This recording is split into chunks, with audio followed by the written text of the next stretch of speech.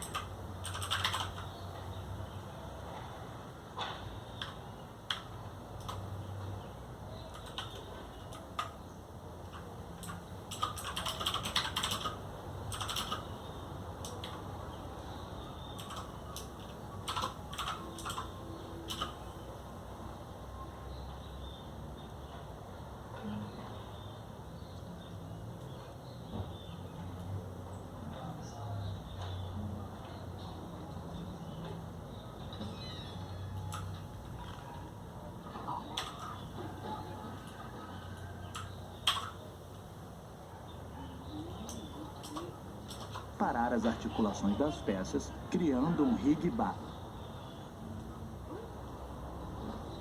Vamos aprender a importar e separar as articulações das peças, criando um rig básico. Bom, para a gente importar uma imagem e usá-la como referência, a gente vai ter que clicar em File, depois em Import Images, e aí vai abrir essa janela aqui. Clicar em Browse e selecionar a sua imagem na pasta que você salvou. No meu caso está aqui em Meus Documentos. Clica em Abrir, depois é só dar um OK para fechar a janelinha e ter a sua imagem carregada no Toon Boom. Assim que você importa a imagem, ele vai criar um drawing com o bitmap dessa imagem. Bom, a gente vai fazer um rig básico desse personagem aqui, que é bem básico também.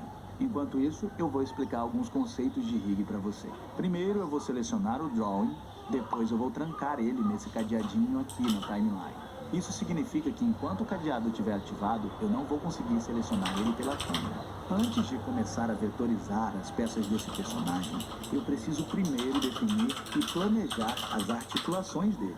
Eu vou criar um drawing e planejar a forma que eu vou separar essas peças através de um desenho. Então vamos lá. Aqui na aba Color, eu vou selecionar a cor que eu quero desenhar, clicar em Brush.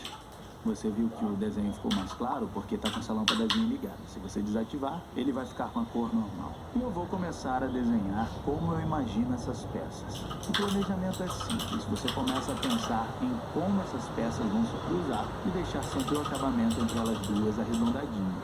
Ué, como a bolinha ali no meio do braço, é pra ser assim mesmo? Essa bolinha é mega importante para que a articulação funcione bem.